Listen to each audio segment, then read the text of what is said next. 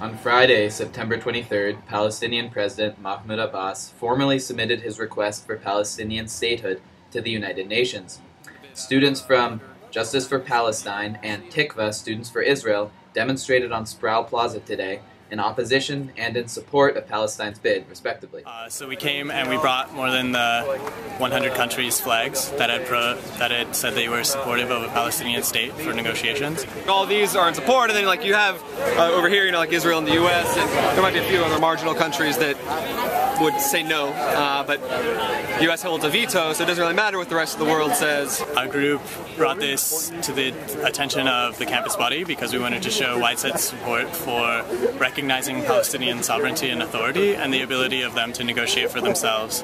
For the past 20 years, Israel has been trying to negotiate with the Palestinians to create a Palestinian state that can live viably,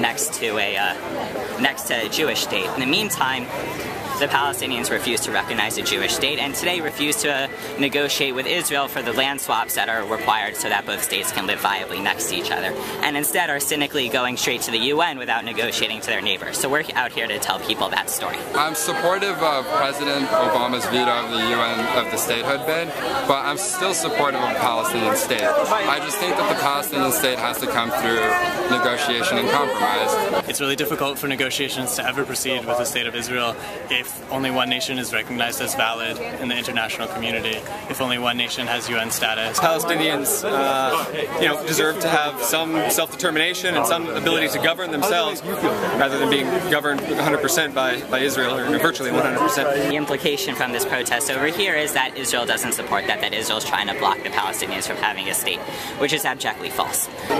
We think that this day, even though it won't lead to a Palestinian state, is important because it reveals the true nature of what American policy in the Middle East is, the one that 100% of the way goes to the mat for Israel's occupation. I think that you can't impose a state, you can't impose peace. That if you want peace, you have to negotiate it.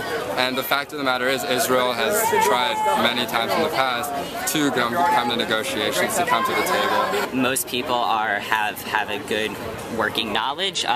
Some people are very knowledgeable, and some people are really unfamiliar with the issues. Our media doesn't really provide a good explanation of the historical roots of the issue, the problems. They more look for a sensationalized version.